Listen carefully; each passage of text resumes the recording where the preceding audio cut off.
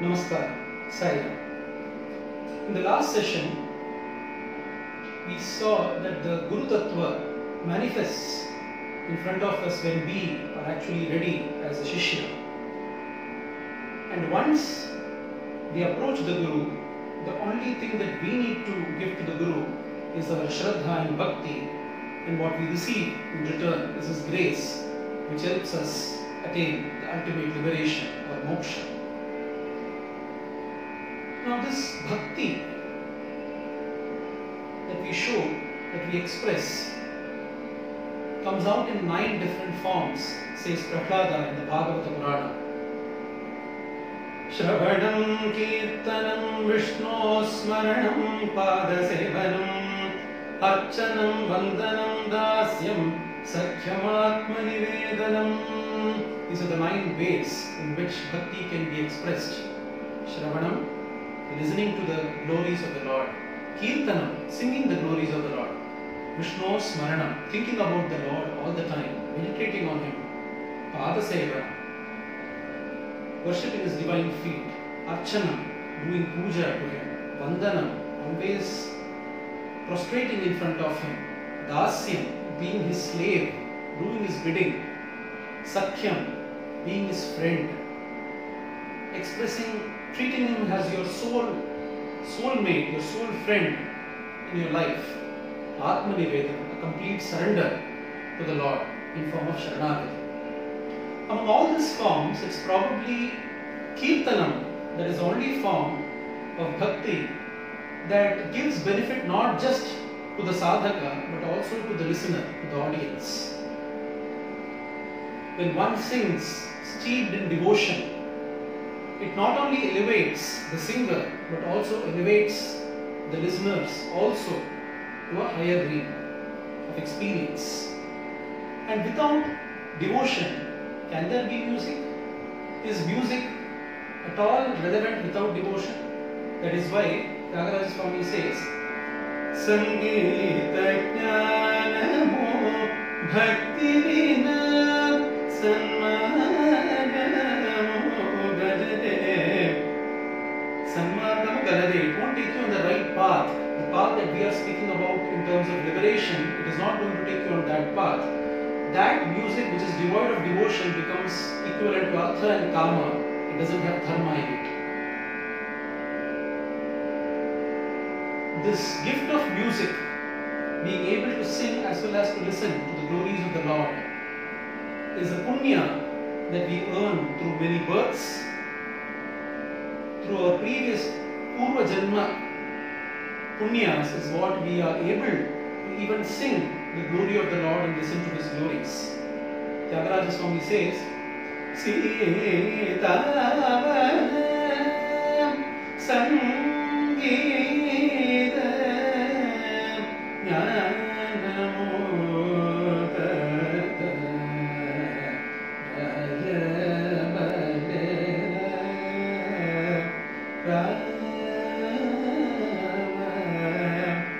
If the Brahma doesn't write it on our destiny, how will we even have music in this life?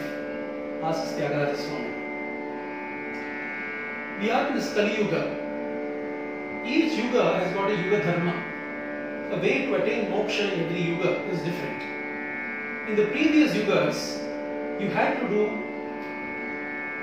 Ghora Tapas, penance, propitiating the Lord, meditating on the Lord for thousands of years. And people could do that. You had to perform yajnas, yagas, different kinds of sacrifices and rituals and propitiate the Lord when He appeared in front of them. People could do that. But now, neither do we have the physical stamina nor the mental capability to perform these kind of worships or these kind of activities to propitiate the Lord. Hence, Nama Sankirtanam alone is enough, says the Lord. Just chant my name and I will be in front of you. Naham vasami vaikunte na yogi hridayaravo mad bhaktaha yatra gayanti tatra tishtami narada, says the Lord. Where my devotees sing my praise, sing my glories, there I am present, O Narada. tatra tisthami. He uses the present tense. I am still standing wherever my devotee is sitting. I am standing there in front of him. Now the natural question could be, just by chanting a name of the Lord, how do we gain liberation? How do we gain mukti? How can all our papas and sins get destroyed just by the chanting of a name? Jnaneshwar Maharaj says, Hari Ucharani Ananta Paparashi Zati Layasi Kshana Matre Jnanadev Mane Hari Maza Samatha Jnanadev Mane Hari Maza Samatha. By just chanting the very name of Hari, Ananta Papa Rashi, all your hordes of sins will get destroyed. Hari Maza Samartha, that name has got that much of samarthya, that much of capability in it to do that. You don't have to disturb your mind. Chant the name of the Lord in whatever way you can and attain liberation. But even that is becoming difficult for us today. Knowing all this is what Swami has very beautifully instituted the Satya Sai organization, Satya Sai Seva organization, with Bhajan and Seva as among the major pillars of this organization.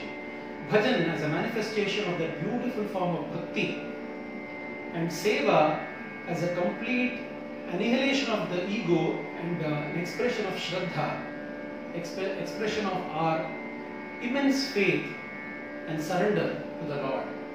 The Shraddha and Bhakti manifested in the form of Seva, service, and Bhajan form the two major pillars of the Satya Sai Seva organization instituted by our Guru, the Lord Supreme Being who has come in the form of Satya Sai to guide us on the path of Dharma and take us towards liberation.